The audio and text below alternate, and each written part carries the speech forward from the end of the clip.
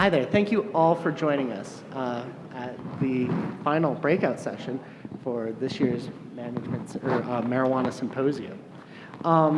Today we'll be discussing moving from new to normal. For so many of us, marijuana was a huge undertaking, a significant new lift of licensing, of policy development, of operational implementation. Today we're going to be focusing on what to do after that first lift has been pushed through, how to normalize this new and unique license. And I'm very pleased to be joined today by my co-panelists. We've got Sherry McLeod from the city of Seattle. Sherry started noticing an uptick in Seattle marijuana business queries at the business licensing office where she worked licensing events. She began to track the businesses, the names, locations, types, and began operating in Seattle. When Seattle legalized recreational marijuana through their initiative 502 in 2012, she thought her work was done. Little did she know it was just beginning. So we'll hear from Sherry. Also, Robin Peterson from the city of Aurora.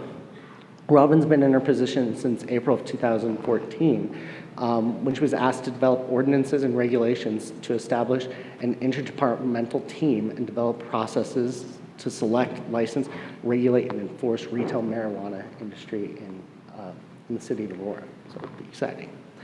Then we've got my fellow City of Denver cohort, Brian Snow from the City Attorney's Office. Brian received his JD from Pepperdine University, and only when he wasn't being a beach bum working on a pistachio farm or gallivanting through Europe. Since that time, he served as a Denver police officer for nearly a decade and brings a unique approach to licensing and really looking at all things associated with marijuana and liquor enforcement in the city. I've been in the excise and license team for a relatively short amount of time, only 8 months now. Previously, I worked as the manager of the parking and meter operations team, and I thought that, that was a contentious enough thing. Little did I know that marijuana was in my future. So it's definitely been a lot of fun. So without further ado, we'll kick it over to Sherry. Hi, good afternoon. I wanted to thank our host, the City of Denver, for putting this conference together. Again, this is actually my third year here, and I know every year I've learned something new, and for those of you who it's your first time, I hope the takeaway will help you begin regulating or continue regulating in your municipalities, counties, states, and so on. As Dominic mentioned, I'm with the City of Seattle, and we have been regulating marijuana now for about 4 years. We do it through licensure, and that was a new license that we began in 2015 following the state legalization. This first slide actually shows a couple of our inspectors. So along with licensing, we do have our own inspectors who go out not just to marijuana businesses, but also the 27 other regulatory licenses that we oversee in the city of Seattle. So as I mentioned, sorry, it's like I can't see the big screen. So state of Washington is in its 4th year of legalization. I-502 was an initiative voted in by the voters in November of 2012, so the same time as Colorado. We did not begin actually having retail stores, though, until July of 2014, so about 6 months after it began here in Denver. And I wanted to thank again Denver because Ashley was invaluable to me as we prepared to begin our first store. We simply did not know what to anticipate with crowds. We were very lucky. We only had 1 store. Our second store didn't open until September of that year, and then since then we've progressed to 41 stores, and eventually we'll be up to our full allotment of 50 stores. So to allow us to regulate the industry in Seattle, we tailored our ordinance following the state's guideline and the state's framework. At the time, we had approximately 120 dispensaries and grows, all medical, that we only regulated as a regular business since we had no other options. As part of the state's framework, businesses that had begun operating prior to legalization were going to have a pathway towards licensing. Those who did not wouldn't be able to, and they would have to close by July of 2016. So the City of Seattle, we essentially crafted our ordinance along the same lines, requiring that businesses who opened after legalization essentially jumped on the bandwagon. Actually, we required them to close by mid-September of 2015. So we started off with letters. So we divided the group into two groups: those who began operating beforehand, were good on their taxes, and were licensed with us as a regular business. And then the group that began afterwards, and many of those were completely unlicensed by us. We sent notices out giving 2 months to the group that opened afterward that they needed to close within 2 months. The other group we notified to let them know they can continue operating as long as they maintained filing of taxes, licensing, and applied to the state for a marijuana business license. September rolled around. We discovered that many of the businesses actually abided by our letters and closed. Some of the consequences and part of the ordinance that we put in place, there were civil penalties imposed, but there also allowed our department, our inspectors, to actually obtain warrants and serve warrants for the seizure of marijuana products, and records. When it came down to the middle of September, we had about 5 businesses left. Inspectors were able to go in and actually purchase marijuana without a medical endorsement of their own. And that was enough for us to secure the search warrants. And we were able to serve the warrants with just 2 police officers with us and seize the products. And with that, close the businesses. Most of them, we had settlements where they would continue to stay closed for a year. They can reopen if they were licensed by the state and then, of course, by the City of Seattle. So that was a pretty successful campaign because I think before we began on that journey, I was calling around the country, how do you close an illegal marijuana business? And it went from you shut off their power, you shut off their water, so it worked for us. I don't know if that's something you can try in your own jurisdictions, because I know several of you probably have hundreds and hundreds of businesses that maybe not everybody can continue operating.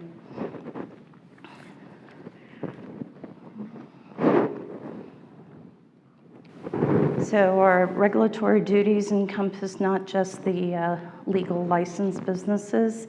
We do review applications. We review for the location, the applicants themselves, their backgrounds, if they've had previous licenses.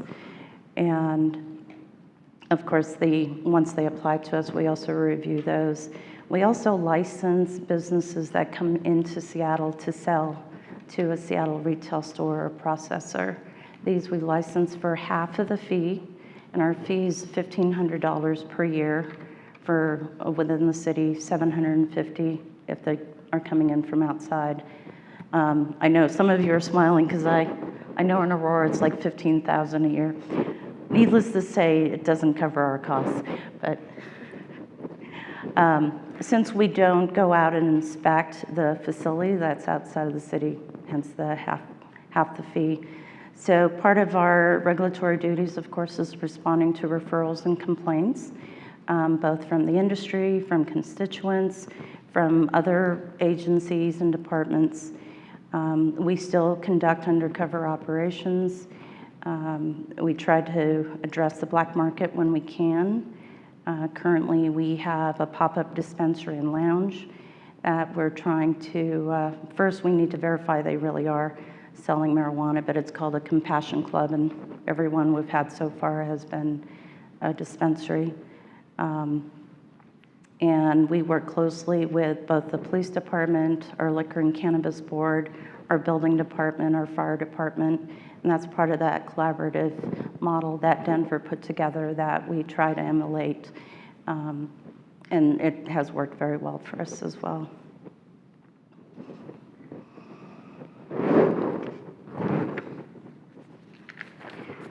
So with our licensing, location plays a big part.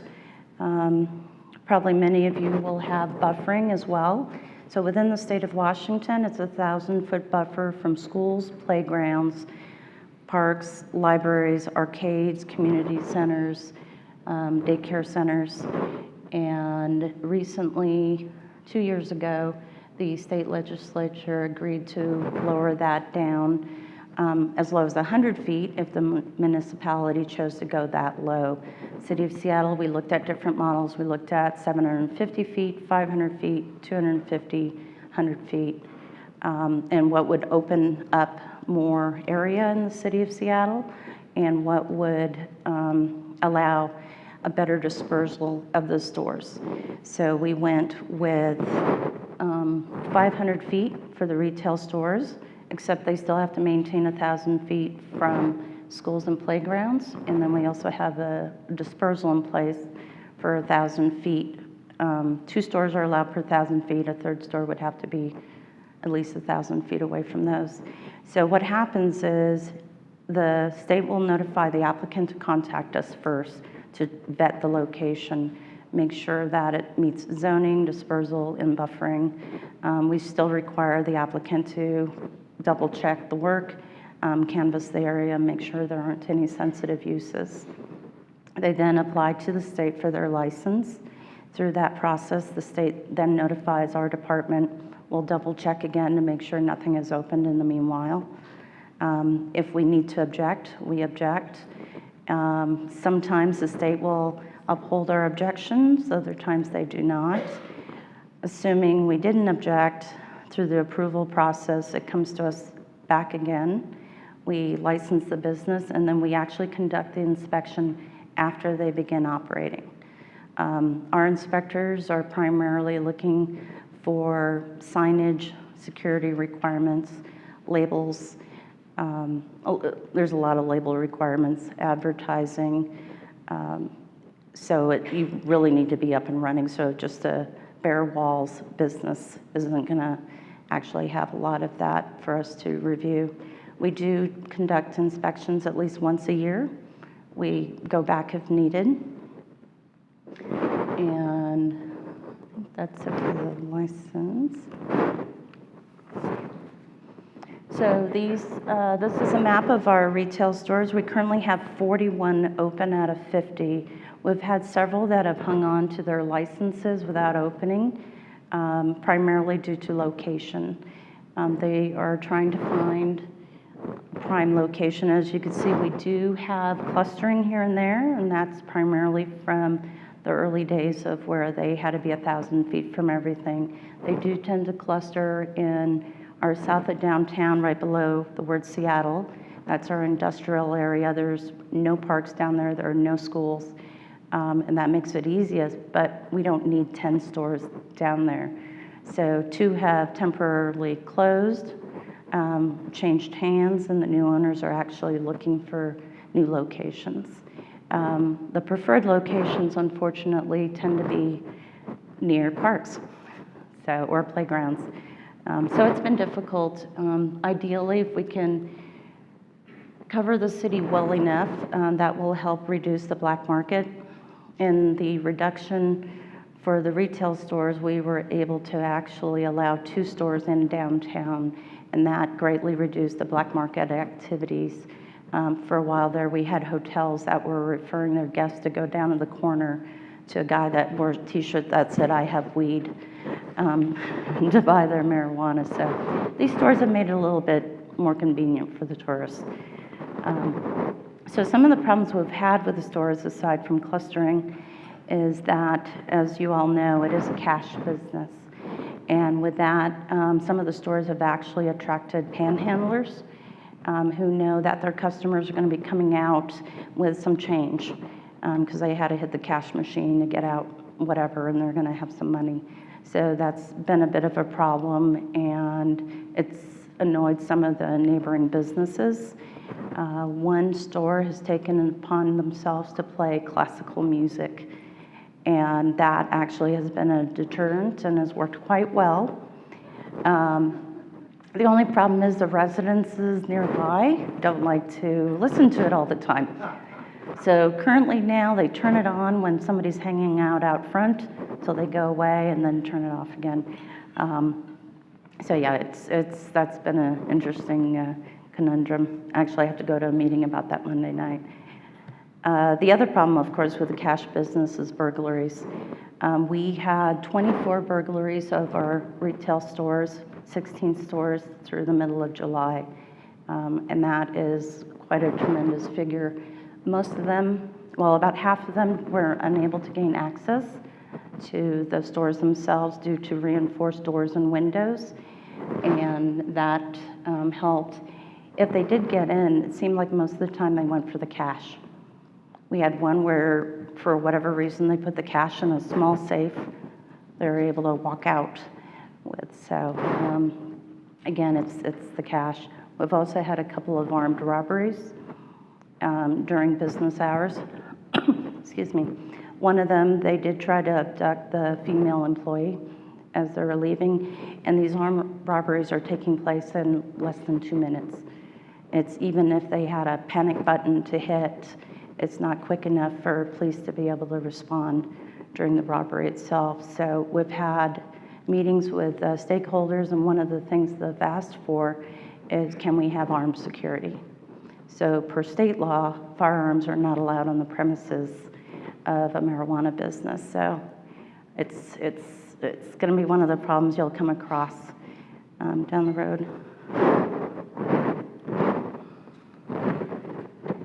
Let's see. Oh, programming. I'm always envious of Denver. I think 3 years ago, you guys had like 100 people doing nothing but marijuana. I was like, oh. For years and years, I was the sole full-time employee in the city of Seattle working on marijuana. Still, that's pretty much the case, although now I'm also a hearing officer, so 80% of my time on marijuana. All of our staff, our inspectors, police, fire, even our legal advisors, they just take this on as part of their additional duties that they already have. But I highly recommend having dedicated staff, especially through implementation, to get you over that hurdle, because you'll be very, very busy for 3 to 4 years, would be my guess.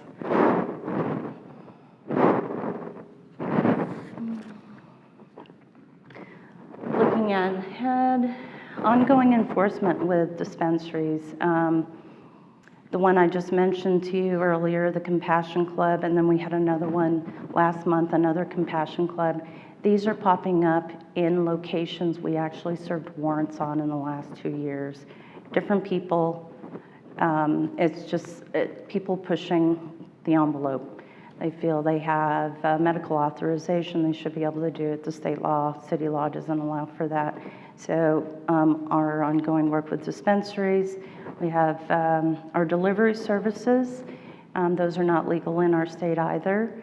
And the numbers have gone down dramatically. We have done a lot of undercover work using our SPD officers, and also with through lobbying our weekly newspapers and Leafly weed maps, we're able to get them to drop the illegal delivery service ads that were allowed on there. So primarily now it's Craigslist, and then the individual businesses having their own websites. But it continues to be a problem, and one that we work on regularly. And then lastly, the consumption lounges that pop up on their own, including the weed buses. Those aren't allowed in our state either. And we do enforcement on those. And primarily with those, we do have our civil penalties. So it's a $1,000 fine to start with. Should they choose to contest it, they do go before our hearing examiner for the city of Seattle, and we can pursue it beyond that as well. We're very far behind on our application process. I'm hoping to get it online. We still do it on paper. And updating your code, you need to be able to adapt. We recently learned that our definition of premises was too confining. So we're working on that piece, updating our code, and hopefully have a new one out by January. And then seizure authority would like to be able to add cash to that. It's been difficult to leave behind $13,000 in cash when we're doing the seizures. And we've got upcoming legislation with the state. We're hoping that delivery, that could be done legally and regulated, along with, of course, public consumption lounges. So.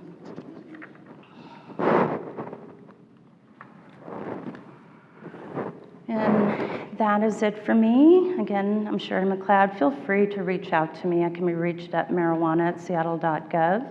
If you have any questions, I always look forward to talking to people from different places. It's been very enjoyable to help out other jurisdictions. Thank you.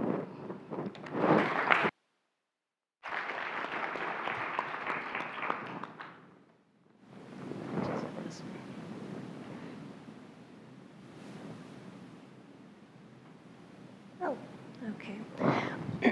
I'm Robin Peterson, and I'm from the city of Aurora here in Colorado.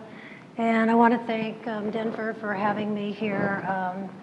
It's always nice to see and compare as to, what we're doing and to our neighbors and everything. So my background is in tax and licensing. I was with the city for 9 years, and I was the head of the tax audit, licensing, liquor licensing, and so I had like 25 people that reported to me. But then when this marijuana came along, the city manager asked me if I wanted to do this, and I'm going like, boy, what did I do wrong? I wasn't quite sure. I think everybody in this industry always asks, how did I get here? Then I thought, well, maybe I just look like that age growing up in the 60s that I knew what I was going to be doing. But anyway, get down to it. I think it was a great opportunity. I still do, doing this for going on 4 years now. You don't get to get into a new industry very often. I mean, from the ground up. And so I feel very fortunate. I keep telling them that we're making history, and we'll continue to do that. So anyway, that's the background on how I got into this situation. So just to give you some facts about Aurora, so you can kind of compare to Denver. We are the second largest in Colorado as far as area goes, but we're the third largest in population. So we're about a third of what Denver is. I think you guys are, 900,000, something like that. So we're about the third of the size in population. We have 24 stores licenses, and only 21 of them are open and operating. We have 12 retail cultivation facilities, 16 product manufacturing facilities, and 1 testing.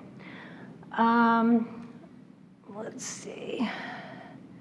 And it was interesting because I was hearing that Denver has like 40% of the market, and so I thought, well, let me see what Aurora is compared to this. We just have retail. We do not have medical in our city, and so we have 5% of the stores in the state. We have 2% of the grows, 7% of the product manufacturing, and 7% of the testing facilities. We're 1 out of 14, so we have the 1. So anyway, next one, let's see, local taxes. We have a 7.75% city tax, 3.75 is our sales tax. We have a 4% special marijuana tax. We were at 2%, and just lately we increased that to another 2%. And that additional 2% is designated to go to the homeless. We have a homeless problem at Aurora, and so we developed a homeless program, and that 2%, that extra 2% is going to go to that program. We have a 5% excise tax, and our annual operating fee is $15,000 a year. They pay that when they initially come into the city, and then they pay that every year. Our marijuana enforcement division is housed in the finance department. Our tax and licensing, that's where we were before, and so that seemed like it was the best place to be. At the beginning, we had about 9 people. We had people from finance, planning, building, police department, zoning. We had all of these people that were designated to this effort to first get them out and operating. Our ordinance was put into place in, I think, April of 2014. Yeah, and then we were supposed to accept applications July 1st through July 31st. So I had like 3 months to put this team together, to put the process together, write the regs and write the ordinance. And it was a blur. And I have to always look back at my calendar to see how it went, because and I don't remember it, to be quite honest with you. But we were able to do that. We do have a process that we have. It's kind of a different one. They can call in to us and we talk to them and everything, and then we give them information. We talk about the zoning, where they can go, and then they come in for a pre-licensing meeting. And this is kind of unique, but I think it has been very, very beneficial. We sit there and we have a face-to-face. I have my team, we have all the owners and anybody else, their design team, whoever they want to bring in, and we talk about the process and what we expect, and then they also tell us about what their project is. We tell them about issues that we may see with the location that they have chosen. And so I think that's been the best thing that we had. We have our business development. We designed it after that. And so I strongly encourage anybody that's doing that to have that, because everybody knows what is expected. And so that's a mandatory meeting. They cannot apply unless they've attended one of those. So then they can apply, they can put in their application. They can also, if they have the location, they can also submit their building plans at that time. We have 3 building permit reviewers or plan reviewers that are dedicated to this. We told them on the onset that we would give them a 3-day turnaround with their reviews on their plans. And unfortunately, when we were getting all of these in, we had a ton of other stuff going on too. And so we had lots of people that needed their building plans reviewed and everything. And so they started putting the marijuana in the queue for everybody else. And I said, wait a minute, building department, you promised you would do this. And so they were put up to the top of the line. And so we did get those out in 3 days time for review, and then we'd ask for stuff back. And I think we've had some exit interviews, and I think that's one thing they remembered. They said, you said you were going to do that, and you actually did. And so when you make a promise, make sure you can carry it out, because they do remember. And then after that, we do have a licensing inspection. It's the initial licensing. After they get their CO, and then the police come in and do their security check, make sure that all the cameras and the panic button and all that stuff works. And then they sign off, and then we go in as AMED, which is the Aurora Marijuana Enforcement Division, and we do our inspection. And we look at everything from signage to, we look at cameras too. We make sure that they're operating. It's kind of unique that, because we have these checklists that we use, and they're constantly changing. Because as time goes on, we look at stuff, and then we said, okay, now we're ready to take something else on, and now we're ready to do this. And so it's been kind of a slow go. But now we're taking a look at some of these things that we didn't look at before. And what we try to do is we try to keep our guys, our applicants or our business owners out of trouble. We try to make sure that they know what the state, wants to see. And so we work with them and we partnership with them. The city council wanted this business or this industry in our city, and so that is what the AMED is we're supposed to provide that customer service. That is one thing, and so we do a little bit more hand-holding than some of the others, but we're not as big either, so we're able to do that. Let's see, I think I got that. Okay, what council did whenever they were trying to figure out in 2013 is when they were taking a look at this. And so for 2013, some of 2014, there was a Amendment 64 ad hoc committee meeting that met every month or twice a month for about a year and a half.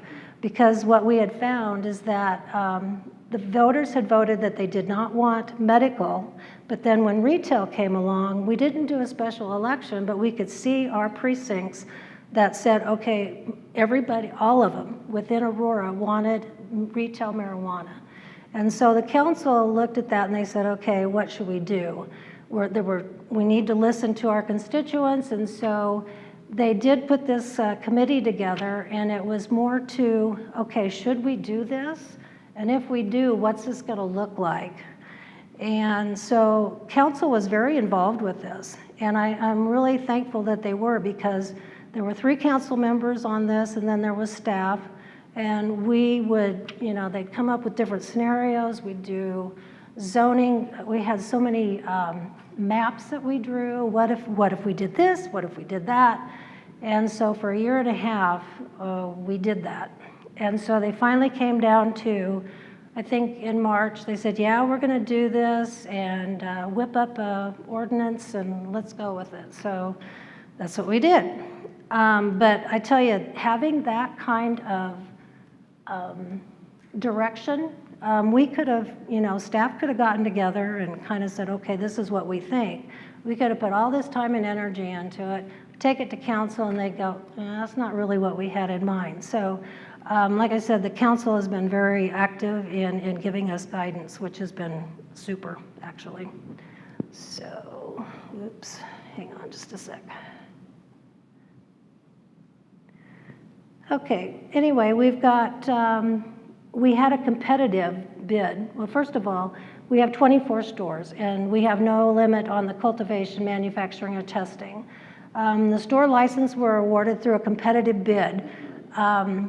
We decided to cap them at 24, and who knows what, it was that Goldilocks theory, too many to, this seemed to be just right number for our council. And so we had a competitive bid. We received 57 applications, which we met with them pre-licensing for about an hour and a half, all through the month of June, last part of May and June. And so that's what we were meeting with them, because we had to have them all ready to go by the 1st of July if they wanted to apply. And we had a $400,000 liquid assets. And you had to have experience in the industry. We did get pushback on that because they said, oh, it's a barrier to entry into this market. But we wanted them to have 2 years of experience. It's highly regulated. And so we wanted to be sure that they knew exactly what they were getting into and that they could do that. So all their experience was from the medical, of course, the medical side of it. We are getting, we've got about $5.3 million in revenue for 2016, and we're on schedule for 6.1 for this year. We may even be over that a little bit. Oops. So the division, which we have 3 FTEs, is funded by the $15,000 operating fee that we get. What we do, we have the manager, and we have an analysis person, and then who does our inspections, and then we have a planner that works with us, and there are three of us are full-time. When building inspections, building supervisor, he goes out, he will charge his time to our org, and so same way with police. So anybody that works with our org or works with the marijuana, they charge their time. And so, but we're totally funded by the fees that we get. For the revenue that we get, the sales tax, it goes into a special revenue fund. And the council decides on how to spend that. And usually it's a one-time type of situation because of the uncertainty of what, if these revenues are really going to be sustainable if the feds come in. So we just make sure that we're not relying on it, just like Denver. That's how we set that up. So what the council has chosen to do is they've, again, they put $1.5 million into the homeless, plus now the 2% on top of that. We had a new rec center, and so it helped pay for some of the debt service, that $2 million on that. And then most of it is infrastructure, concrete, asphalt, that type of thing that we've been putting off for a while. Let's see, next. We do something a little different in Aurora. We fingerprint all of our owners, and we've extended that out to all the employees. We are a little bit more strict on who can work in the city. We go out 10 years for a felony. If you have a drug felony, that's almost where you can't have a license or work in the city of Aurora, and you can have I think 5 years for a misdemeanor. And so I have a contract fingerprinter and a contract police background investigator. And so everybody that comes through, we used to have it just for the stores, and they got points for that.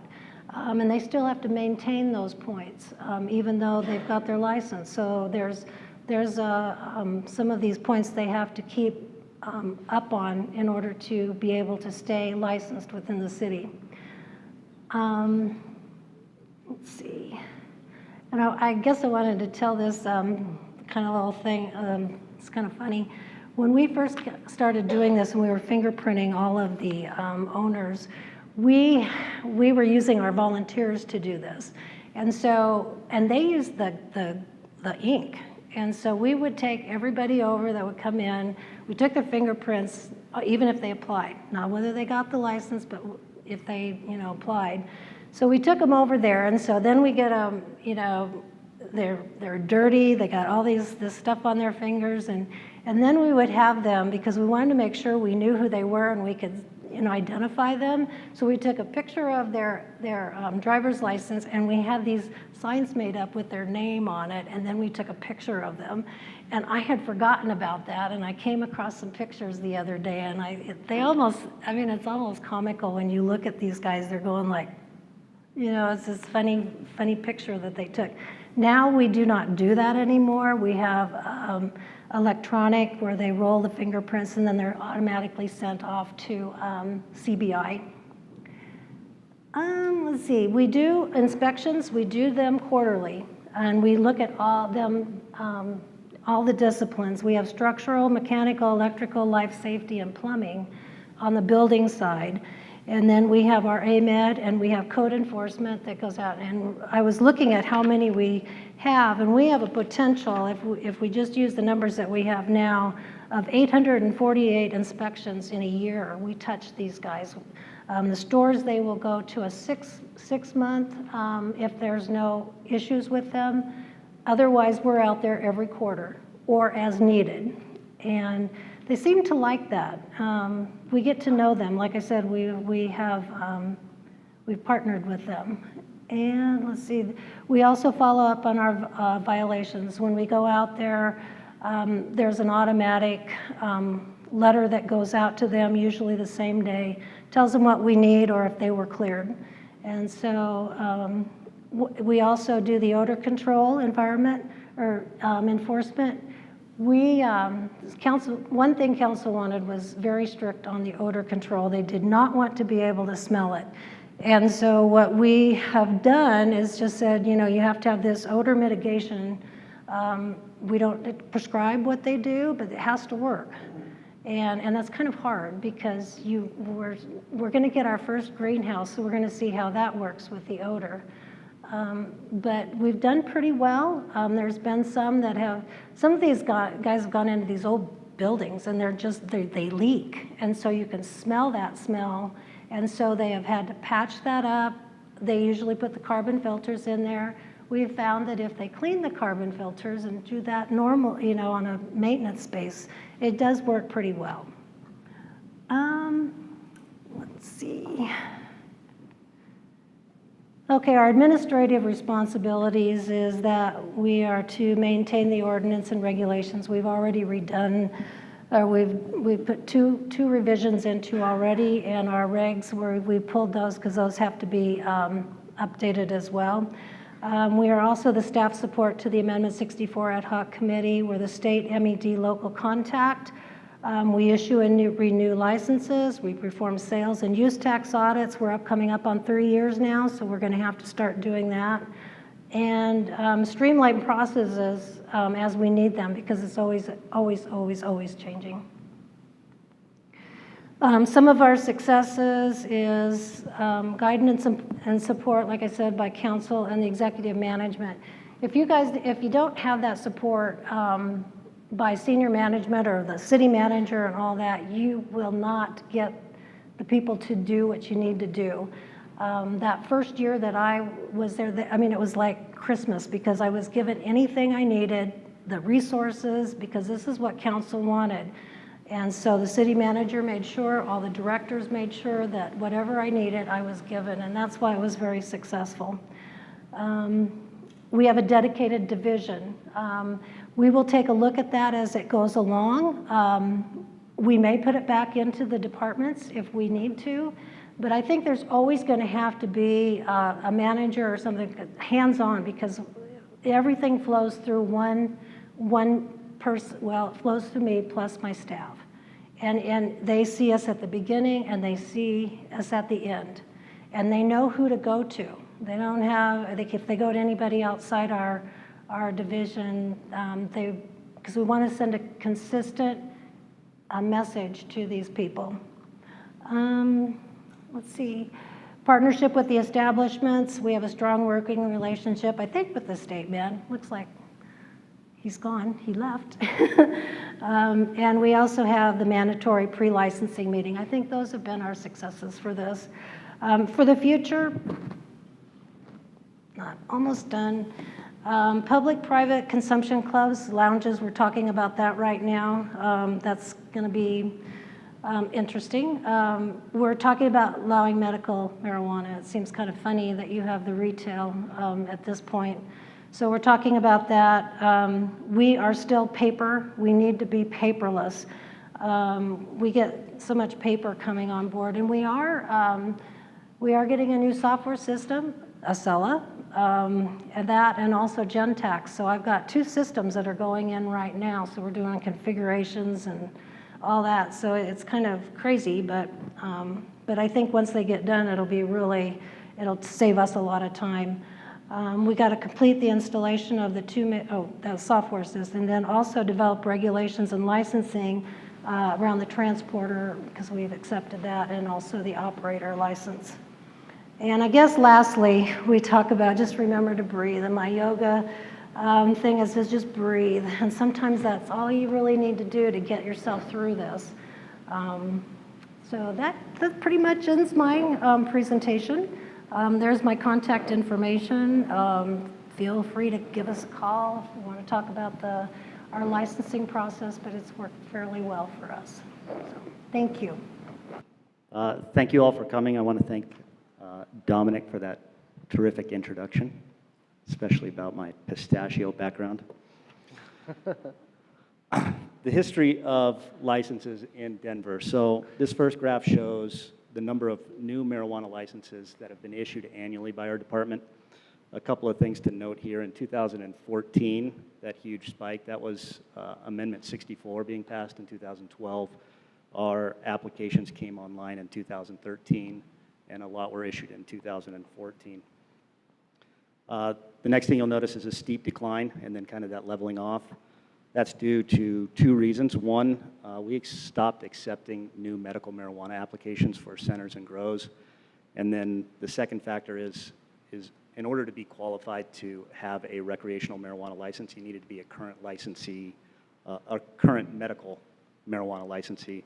So I think what we've seen in Denver is that everybody that was in the medical marijuana businesses that wanted to be in recreational has made that application, has moved over. So hopefully this 2017 number, which is about a fifth of the volume we were doing, is our new normal.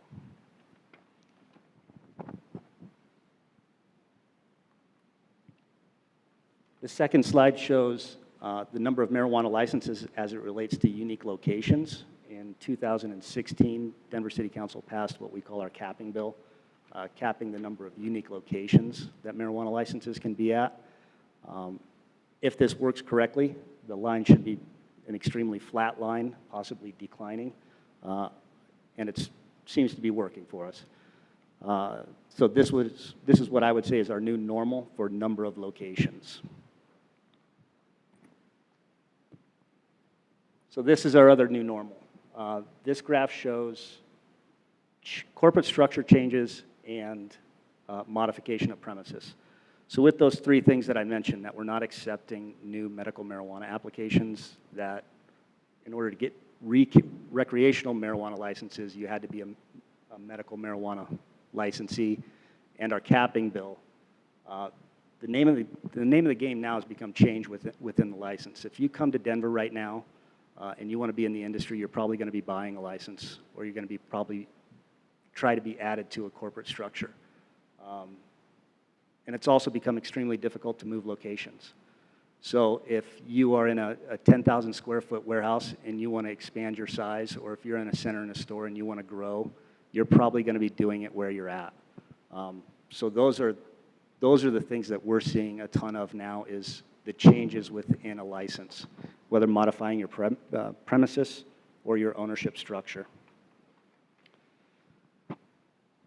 So with these new norms, we've kind of taken this opportunity over the last couple of months to look at our inspection group. I would say our priorities before, they had two main priorities. One was inspection cards. So anytime you apply for a new license or a transfer of location or a transfer of ownership, an inspection card was required to be completed, and we were the last group to do that. So as part of customer service, we had a goal of getting out there within a day or two. If you called, we were going to get out there and get you licensed. Our other goal was a yearly inspection at every marijuana license. I think with the number of licenses that Denver has, it's not the greatest goal to have. We're visiting a lot of places that are 100% compliant, and we're spending a lot of time with them when we should be spending our time with the bad actors or the people that are lax on their compliance. So along with this redevelopment of our inspection team, what we're trying to do is document things in a different way. In the past, we've used inspection checklists, like Aurora said, and they're a terrific tool. But if you think about how those work, if an inspector walks into a center with an inspection card and completes that inspection and puts it in that file, it's a great history for that center. We can look back at all the things that they've done right or wrong, but we can't extrapolate that information and say, what is the industry doing right and wrong? And in the last couple of months, some industry groups have come to us and asked for our inspection checklists. And they want to become compliant. A large majority want to be compliant. And we don't have, right now, the capability to say, this is what we're seeing industry-wide. So one of the goals, besides redeveloping our inspection units to go towards a risk-based inspection process to visit the bad actors more often. We're trying to determine how to document what we're doing so that it can create those opportunities to partnership with the industry so that we can say, this is what we're seeing industry-wide, and do training on it and gain more compliance because of better documentation. And with that, I'll hand it off to Dominic. Thanks. No, I think I got mine. We're good? Good? No. So yes, as the industry has started to stabilize here in Denver, organizationally, we were looking at making some changes as well. Initially, marijuana policy ran out of the Office of Marijuana Policy. That's where the wheelhouse was. We'd go through, work to establish the new licenses, the requirements, set them up, and then they would be handed off to the Office of, or to the Department of Excise and License. Recently, in 2017, the Office of Marijuana Policy was folded into the Department of Excise and License.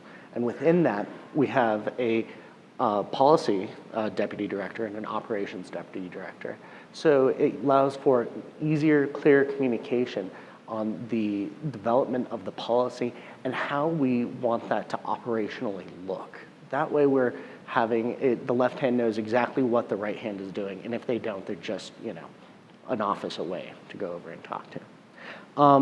Here in Denver, we have more than 50 marijuana funded positions within the city. That includes Denver Police Department, Fire, and Excise and License.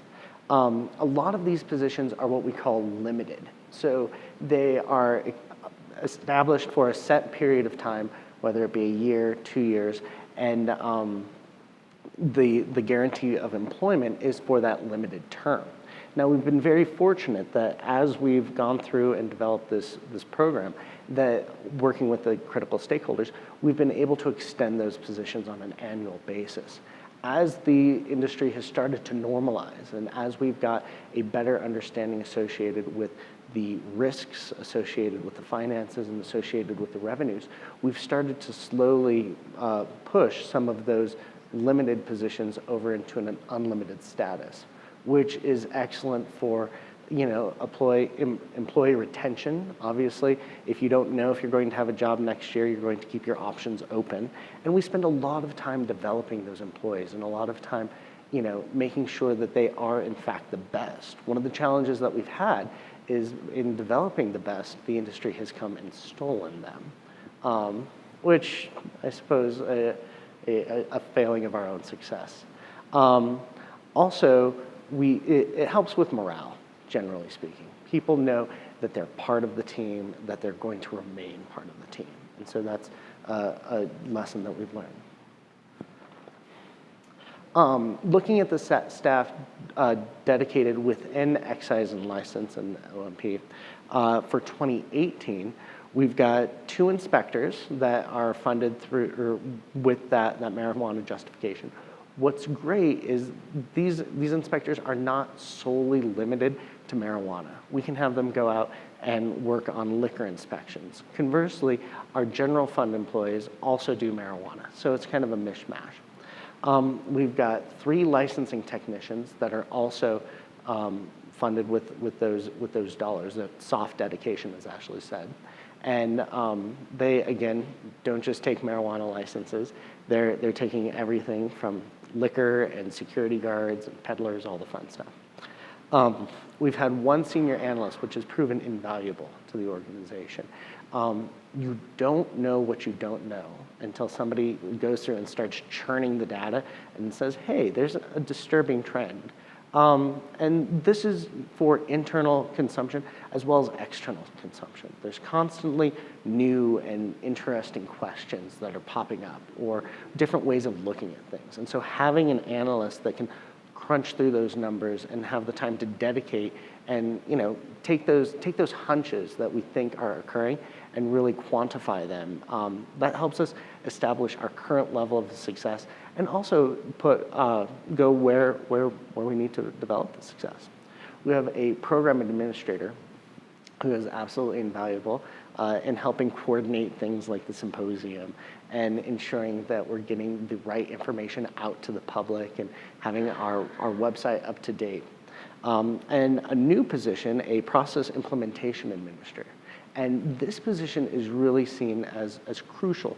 As the industry starts to develop and mature, and we get new and interesting types of licenses like social consumption and the transporter and storage licenses, we want somebody that's both at the policy table and the operations table to, at the point of policy craft saying, operationally, we might have a challenge implementing that. Is there a way that we can still get the policy outcome, but not enshrine it in statute or something? So we have to, go through heaven and earth to implement something that really wasn't that.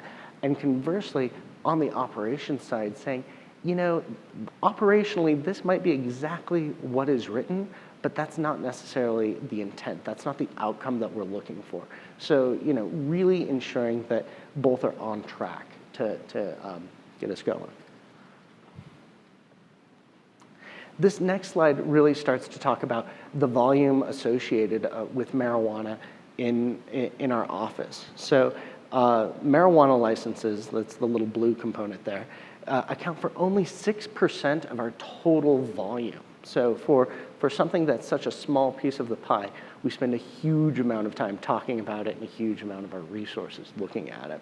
And the next chart over is looking at our intake process. So every day we've got people that come into our office and are submitting their applications. They're submitting those corporate structure changes and modification of premise. And this is the amount of time that our technicians are spending going through and taking those. What we found are in order to submit just a basic marijuana, you're not doing anything terribly fancy or elaborate or exciting, it's gonna take a minimum of 45 minutes. Conversely, most of our other licenses, we can get you in and out in 15. So that has a massive operational impact, and we want to make sure that as we've normalized and as we've stabilized, we see that time, and we're able to make our operations conform to the new changes, the new challenges, and opportunities that arise. So yeah, 15% of the front of the counter time is spent there. And then the back of the house, this is the QA. This is that quality assurance, making sure that they are submitting the right documents, leases that are signed, things of that nature. And so we're finding that about a quarter of the time, we're using our technical expertise to go through and just ensure that we are not issuing a license without all the appropriate documentation. So it's critical. Looking at how the industry has started to change in this mature environment, we've really kind of targeted two innovations to help bring convenience to our customers, but also to ourselves. I mean, if we can do both at the same time, it's a 2-for-1. We're really excited about it. The first we're hoping to launch any day now. It's a online appointment component.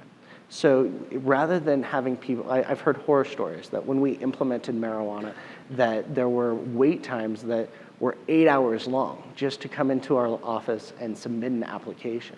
I mean, as though that's bad enough, that we tried to lessen the pain by having an ice cream machine in our lobby. So no longer is there an ice cream machine, sorry. So looking at that, we want to do those 2-for-1, something that helps us while helping our customer. The first are those online appointments, so scheduling. Many of our marijuana licenses renew in September. And so you can only imagine our surprise when, one moment we have an empty lobby, and then a whole group of industry folks come in to do their renewals all at the same time. They all pull the number, boom, boom, boom. They sit down at the desk, and then we are shut down for everything except marijuana for a minimum of 45 minutes. In that time, you start to develop a stacked effect. And so, all of our security guards and our peddlers and our food trucks come in behind them, and while their transactions should only be taking 15 minutes, they're having to wait 45 minutes or longer just to get service. Concurrently, what that does is that stresses our people out. If you have a lobby full of people that are getting increasingly antsy, you want to try to mitigate that. And so by allowing appointments, and we're launching exclusively with marijuana initially, we can go ahead and we can kind of make sure we allow for the right amount of time in order to process those to reduce the staff time. We can allow for our customers to come in and schedule time. That way they don't have that risk of waiting around in the lobby, potentially getting a parking ticket, and just sitting there hoping to be serviced soon so we can respect their time. It's also transparent. We'll be able to get a better understanding of the volume of licenses that are coming through and how quickly we can burn through those. So that's a core component. Even more exciting is the implementation of paperless application submittals. We went through and made a very compelling case to our budget office for significant resources to implement online applications. We are focusing on the high volume, low complexity initially. We hope to allow, by this time next year, applications for marijuana renewals, so that when those renewals come up, the community members can go online, establish their credentials, and start uploading the documents for us to then just go ahead and review. So it's, again, more respectful of their time. At the same time, if they need to come into the office, they can schedule that appointment, and we can have the resources on hand in order to address them. The goal associated with it is not just that ease of customer service, but also to allow for more control on our time, or for our staff, and to increase the speed by which that we're processing these. We want to make sure that as we're doing this, we're doing it better and better, and finding the efficiencies to capitalize on. So that's us in a normal environment, if any of this actually is normal. And, and we'd be very happy to entertain any of your questions at this point.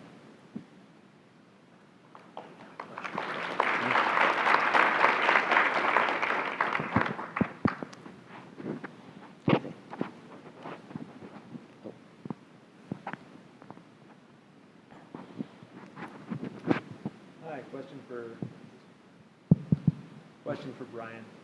I saw in the last presentation on finances that the Denver City Attorney's Office expanded by 12 FCEs to accommodate this. Being in the City Attorney's Office myself, that seems high. How has this impacted your office, and how do you adapt? I'm not sure I'm the one to answer that, but I can give a little bit of background about how much the City Attorney's Office is involved. So with the way marijuana was instituted in Denver, the capping bill and some other bills, it's extremely difficult to do a quality assurance on every application, and those are coming through the City Attorney's Office. So from the very beginning of an application, the quality assurance, all the way through inspectors going out and asking questions of us of how do we regulate this? Is this a violation?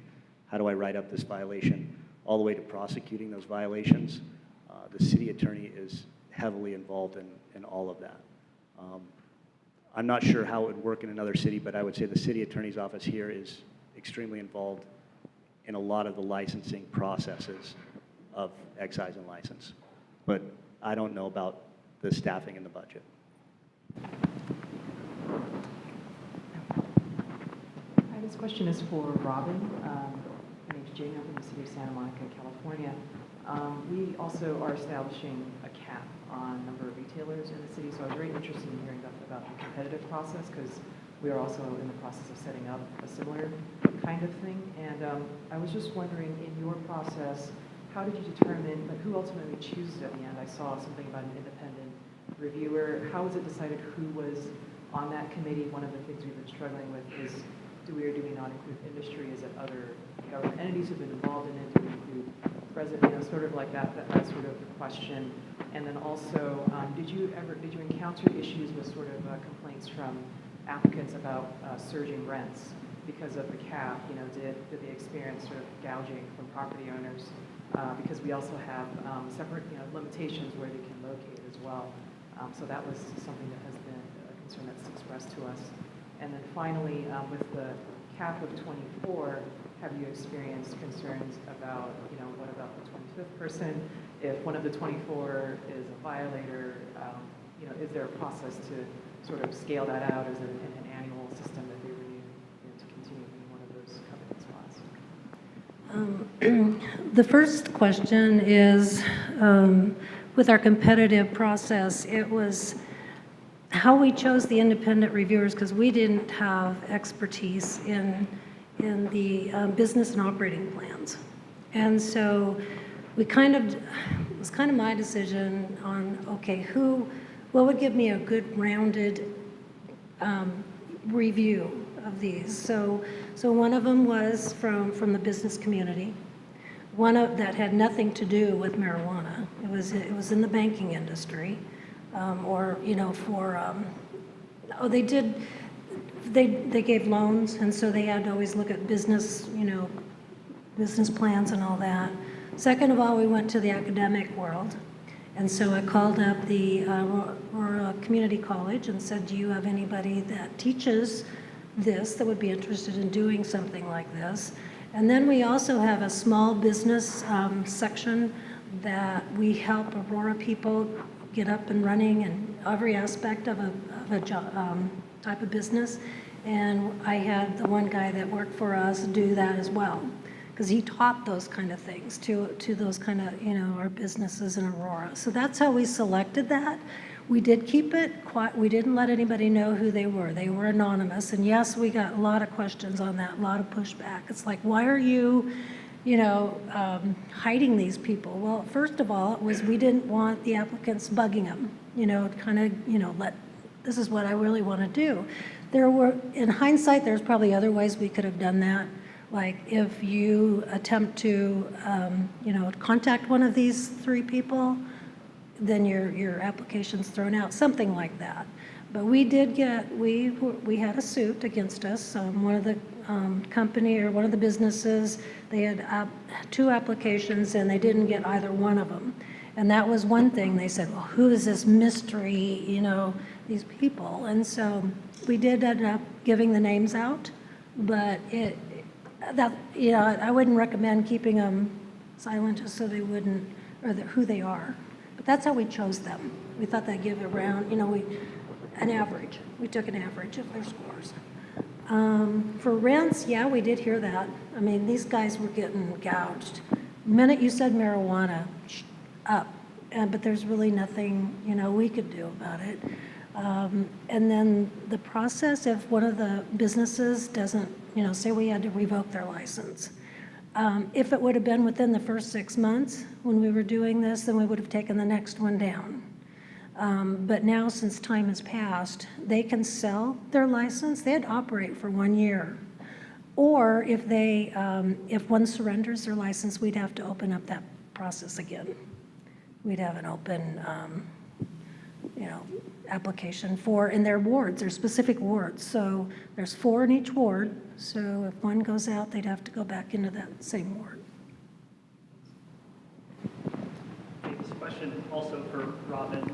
I believe I heard you say as part of your application process for cannabis businesses that if you have a drug felony conviction, that it would be disqualifying. I'm just curious, have you heard any conversation or concerns from folks who may be looking at that through the lens of, well, if they were convicted of something that is now legal and they're now being prohibited from engaging in that now legal and regulated marketplace, that have you heard any concerns about that or any sense of whether that may be revisited in the future? No, I haven't, because I don't think we ran into that at all. I think in hindsight, when you say that, if they had a drug felony anytime, that probably is something that probably could get challenged because you have to give them the benefit of a doubt that over time they, because they should have the ability to make a living. And so in that instance, we would be taking other things into account. All of those are not in itself one that you would not be able to. And after the time passes, after 10 years or 5 years or whatever, then they could come in. I mean, we had one, it was an employee, and it was a grower. He was the key to that business. And we had to deny them because he had gotten a drug, it was an illegal cultivation. In the city of Aurora, he was charged with this. So, and again, it goes back to conviction. They have to be convicted. It's not just a charge.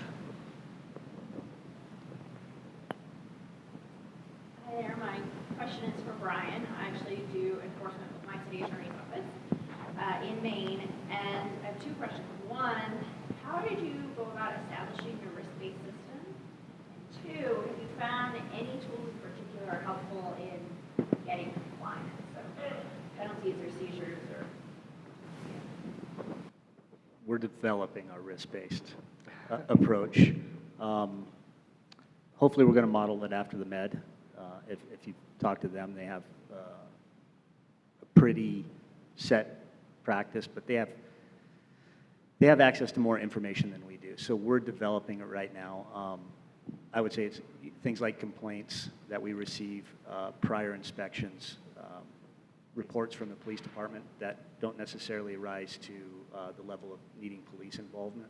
We'd like to send our inspectors out there. Also, looking at patterns of renewals, right? We have a grace period in the city, so you can be late on your renewal. We'll still allow for you to renew a little bit later. One of our thoughts is, if you are pushing it up to the line, that might be an indication that there's something else going on there. So that potentially could trigger an idea. Perfect. And your second question was about enforcement. Yeah, so are there any tools that you found are particularly effective in getting compliance? So higher penalties, seizure ability, revocation, license revocation? Yes. Particular rules that have been extra helpful? So it's not rules so much, it's our show cause process. We have an order to show cause process, so a violation is committed, it's investigated, it's sent up to our office, and we will draft a complaint and an order to show cause that the director issues to that licensee, and we order you into the department to show cause why your license shouldn't be suspended or revoked. And you'll have an opportunity for a hearing for that. Many times they settle, but yes, the fine amounts can be large, and it does gain compliance.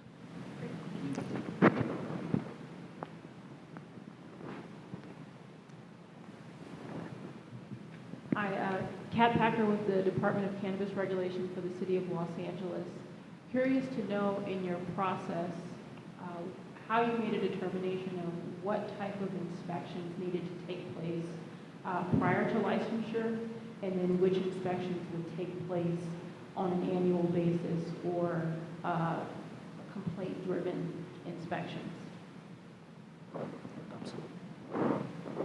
I think for looking at the city of Denver, really it depends upon the type of license that we're issuing, right? So all excise and license will go and inspect all marijuana licenses as the final inspection. There's also a building component associated with it, so we want to make sure that the structure is sound. We've got fire in there to ensure that they aren't doing anything terribly hokey. Environmental health would be there doing various inspections if it's a MIP, an infused product. And then annually, we'll go back and revisit some of those. So looking at those different licenses, we will go in and re-inspect on the compliance side, ensuring that all of the primary license criteria are still being adhered to. Separate from that, environmental health might go back and check based off of their risk-based inspection or even annual if there's an infused product being made. Fire will go back and just manage that. I would say especially in your county, because it's, you're with the county, right? With the city of Los Angeles. Oh, okay. I think one of the bigger lessons that we've learned and something that we strive for is communication between those different departments. It's essential because everybody out there is your eyes and ears. And if fire or environmental health is out there doing something, you want everybody to know what they're doing. So that would be my advice to anybody coming into this, is set up those lines of communication, set up those kind of, not report writing systems, but those check-ins with each other agencies, because that's going to become essential. You're going to rely on a lot of other departments to do a lot of things, and the open communication is essential. Yeah, and as for Seattle, it depends on the type of business. If they're going to be processing marijuana, particularly using gases, fire department does go out there ahead of time to approve the facility itself and take a look at the equipment. And then, of course, the building department is out there as well to make sure that it has, whether it's the necessary exits, firewalls, et cetera, that's required of it. Our department comes into place, as I mentioned, once the business has begun activity. So far, we have updated our checklists, particularly because we adopted a bunch of rules. We kind of tested out some rules from the state first, and to see which ones would be the most useful. And from what we saw, like, we decided not to adopt no dairy products because we weren't seeing any dairy products anyway. And so with that, we continue with our once-a-year inspections, and then, of course, complaint-based. For the city of Aurora, we, it's, the checklist, or the initial and the quarterlies are pretty much the same. We make sure that whatever they, started with, they're continuing to have. The fire department doesn't go out except for once a year. They do their normal inspections for the fire piece. But our building department does take most of that, and we have a supervisor that has been certified in extractions, and he's an electrical engineer. He takes care of most of the MIPS, and the ones that we have kitchens, we have intergovernmental agreement with Tri-County Health, because we don't have a health department. We're not a county, and so we have partnered with them. So if there's any cooking or whatever, now just the plain extractions, they don't go out, but if there's any cooking or that kind of stuff, they make sure that they're clean and they're operating safely. Quickly, as a follow-up question, for those incidents, were those businesses already in operations prior to entering your regulatory system? Or these folks,